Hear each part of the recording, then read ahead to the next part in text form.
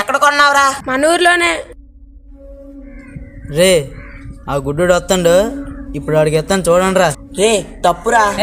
నువ్వు ఒకడవే అన్నా, స్టిక్ బాగున్నట్టుంది.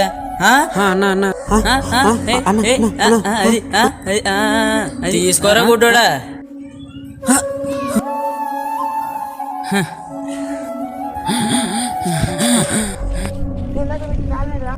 నీ ఎక్కడ పెట్టాను రా. అయ్యో పాపం ఫిట్స్ వచ్చినట్టుంది. అన్నా అన్నా అన్నా అన్నా అన్నా అన్నా అన్నా